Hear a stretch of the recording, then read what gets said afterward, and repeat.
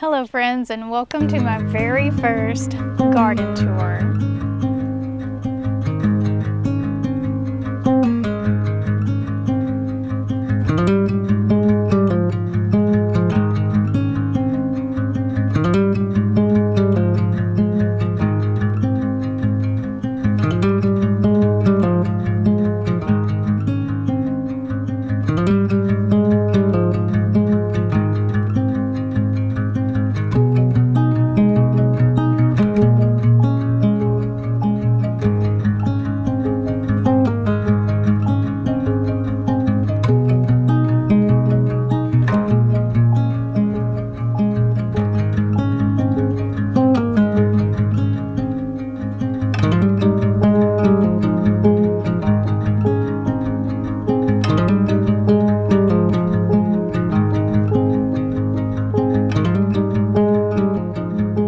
Gardening here in Middle West Tennessee in Garden Zone 7B, and this is my 4th year having raised garden beds on this farm. I do have several new ones.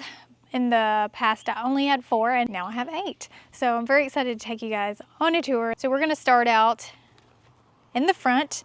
These 2 garden beds are 2 of my new ones, and I have just gotten them planted up. I am a little bit behind. We ran into a few hiccups, including getting dirt for these raised beds. So I did just sow a ton of seeds in both of these beds. So these are going to be my designated cut flower beds. I'm very excited about that. I've never ever done cut flowers before in my life. So I have planted zinnias and dahlias and bachelor buttons and several different varieties of zinnias. I've saved the packet so in the future I can look back and see which ones I've planted. And I planted those about 2 days ago. And I do have some little babies coming up right here. So that is very exciting. The very next day, of course, I was out here looking to see if anything came up. They came up quite quickly, honestly. Apparently zinnias are fast growing, so I'm pretty sure that is what's coming up right here. So I planted them in rows. So zinnias, zinnias, zinnias. I also have a rosemary over here in the corner.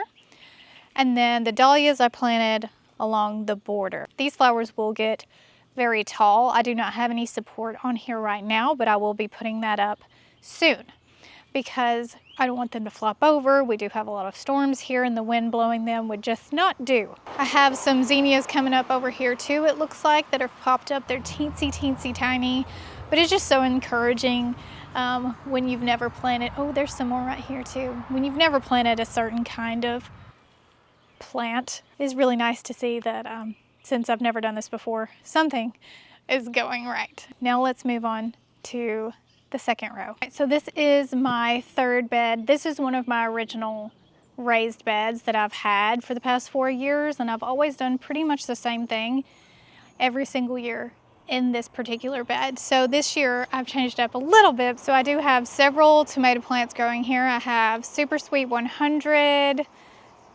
and over here I have another Super Sweet 100, and then a Sun Sugar, which is a yellow cherry. So these are all cherry tomatoes. And this is also a Sun Sugar tomato cherry down here. And then in this back corner, I have my lavender that has come back this year, which makes me very happy. Oh, it smells amazing. And then I also added a new lavender plant in this area. Seems like lavender likes it right here. So I thought I'd add another one. And then I also have dill, basil, some cantaloupe. I also planted some flowers in this bed, which I've never done before. And I did cone flowers or echinacea, and I also did black-eyed Susans, and those are already coming up. But I bought these big bags of wildflower seeds. They have like 25,000 seeds in the bag, something crazy. I got them at Tractor Supply, and I let the kids just throw them everywhere, all over the farm. Well, they came over here and did it as well. I didn't tell them to do that, but honestly, I'm not upset about it at all. And you can see all this green coming up through here. That's not weeds. Those are flowers. And I'm really eager to see how this is going to play out in the long term because of the basil and everything else. Now, I crowd my plants a little more than some people. Following rules is just not my thing. And I like to push my limits and see just what I can get my beds to do. This year, I'm experimenting. And part of that experiment comes with having kids who just come behind you and do things. And so, yeah, we're gonna have, I think there's cosmos, I think there's zinnias in here, several other types of flowers, and they're already really taking off and just coming up and thriving right here. So maybe this is where they were supposed to be. I have cattle panel here for my tomato plants and a trellis on this side that's also made a cattle panel that forms an arch. That's new. I've never done that in the past, but I've seen a lot of people on Instagram and YouTube do this, and I thought it looked just so beautiful. So hopefully my cantaloupes will grow up the trellis and fill that out. I also have some fairy lights on here, and at night they twinkle and it's just so cute. The kids love it, and of course I love it too. I've had several people ask me why I have the cattle panel in here. Before we moved the chickens to the back, they free ranged all over and they would get in the garden beds and scratch around. So this kept them from being able to scratch too much. They didn't like it. We don't really have that problem anymore, but we just kept it in here just in case. It also kind of deters any other critters from getting in there and digging around as well. I do have a few baby tomatoes already here. They're super teensy tiny, and I haven't had any tomatoes come ripened. I haven't had any ripen yet, but I've had a few cucumbers ripen, so we're gonna go to that bed next. So this is another pretty established bed, and I've done a few things differently in this bed this year as well. I have dill and another row of wildflowers that got thrown in here. I'm pretty sure Bonnie Blue did that. And then I also have some more cantaloupes here. And I have cucumbers. These are quick snacks and Parisian gherkin cucumbers. And I also have a squash down there at the end. It looks like it's doing okay, but it may be kind of back in the corner. But I have so many other plants that I'm not really too concerned. And again, I'm testing how far I can push the limits of these plants and still get them to grow. I also have some banana pepper plants in here and another kind of pepper, pimento maybe? Yeah, pimento pepper and chives. And then on the border here are my gladiolas, which I have never planted at all ever. I have zero experience with gladiolas. I bought those at Lowe's, and like I said, I'm not precious about things. I don't put things in exactly the way that the package or people say. I literally just dug a hole and threw the bulbs in there. I didn't look at what way it was up or down or where the roots are. I just dug a hole, planted the bulb, and as you can see, they're doing very well. Okay, in this bed this was one of my established beds. I have done watermelons right here, and also some yellow crookneck squash, some more watermelon down there. So it's watermelon, watermelon, squash, squash, watermelon, watermelon. And then up here at the front, these are my dahlias that I planted a few weeks ago. And they are already really taking off. Same thing with these as the gladiolas. I was not precious about how I put these in the ground. And I've watched several videos after I planted these where people are like, you need to lay them sideways and make sure the bud is face up. And clearly that didn't matter that much because these are doing really, really well. So here is a dahlia, here's a dahlia, here's another one, here's another one, here's another one. And there's another one behind there, and then there's another one coming up towards the end. So maybe it mattered a bit, but I've had good luck so far with just digging a hole and putting the tubers in. I can't remember what all different varieties I planted. I know I did one black dahlia, one that was like a pink lemonade looking. That was not the name of it, but it was pink on the outside, yellow on the inside. And then I can't remember all the colors, but I really cannot wait. Again, this is my first time ever planting dahlias. They are such a beautiful flower. I planted several different varieties up at the front, white, purple, pink, so many. And I got the big, they call them the dinner plates, because they're huge, like maybe the size of my head. So I'm just so excited to do flowers that can keep coming back and keep coming back even after you cut them, and have fresh bouquets in my house and in my office and to give to my friends and family. And that's something that I've never ever done before. Again, this is my first year ever doing cut flowers, ever doing dahlias, ever doing gladiolas. So far so good, but we haven't got to the bloom part, so I'm very excited. Down at the end we have a blueberry bush that I don't think is going to do a thing, but Beckett insisted that we buy this and put it here. And so we did. If it does good, great. If it doesn't, who cares? Okay, this is another one of my established beds. Again, I've pretty much always grown tomatoes in these beds. This year I have early girl tomatoes here all the way down, and I think that's the only variety in this bed.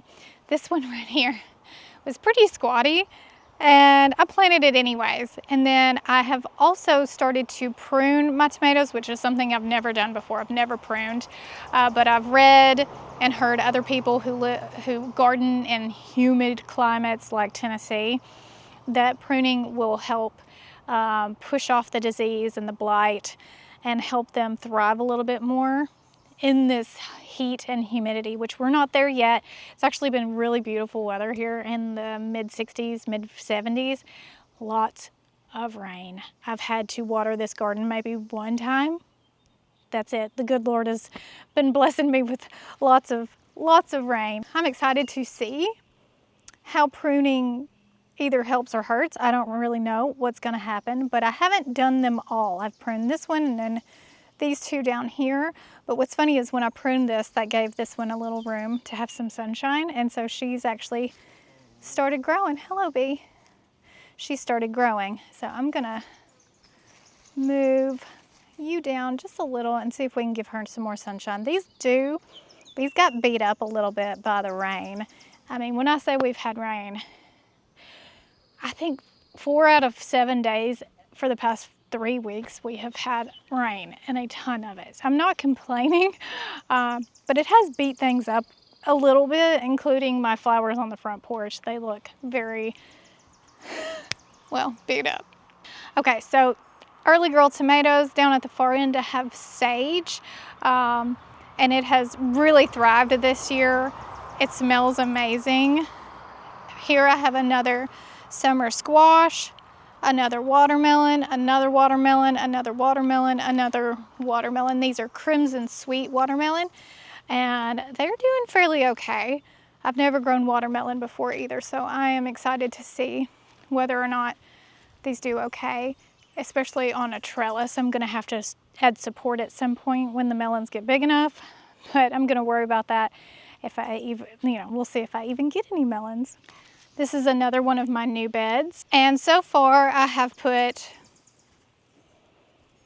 I really don't remember what that is. I want to say it's another type of squash, but honestly I'm not sure. I'm pretty sure it's some type of summer squash that I had left over when I bought some extra plants. This is a row of mammoth sunflowers, and here is another row of mammoth sunflowers, something else I've never grown. Myself, my grandpa, when I grew up on this farm, he always had all kinds of things planted here. In his big garden, he tilled. He did not do raised garden beds, but he always did sunflowers, and I don't know why. I've never thought of growing sunflowers before. I've heard they're very easy to grow, but we will see. So these are the big ones, and I've done 2 rows of them right here, and that is all that I've put in this bed. I may add something else later, but for now, this is the sunflower bed, and in a few weeks, I'll plant 2 more rows of sunflowers so that I have a bit of succession. We do have a very long growing season in West Tennessee, I can probably still have things coming out into late October, unless something crazy happens, which these days with the weather, I could.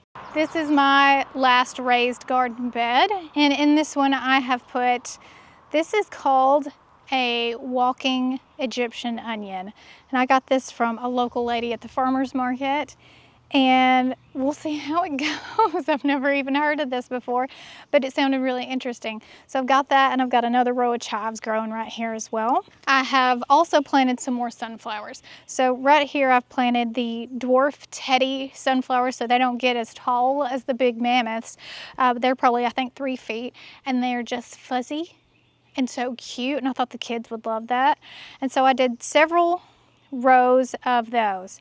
And then I also have done through here tiny pumpkins, the little ornamental type pumpkins.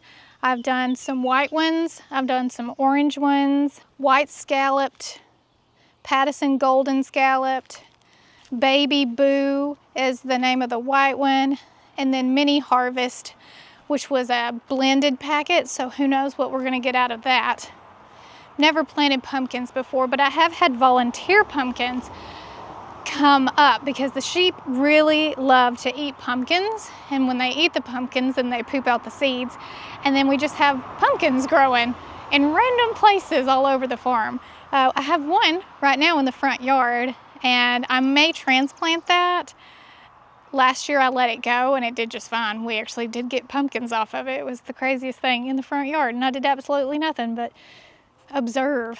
Isn't that crazy? And then here in the back I have some cilantro that has not come up yet, and some more sunflowers. That is my raised garden beds. Like I said, we're pretty early on in the growing season here, but things are looking up. I actually do have some cucumbers over here that I can pick. Here, this is a Parisian gherkin. I think I may have let it get too big. I am having some fruit to harvest, not very much, but all my herbs and everything are looking great. And I'm just very excited to see how this all turns out, especially my cut flower garden.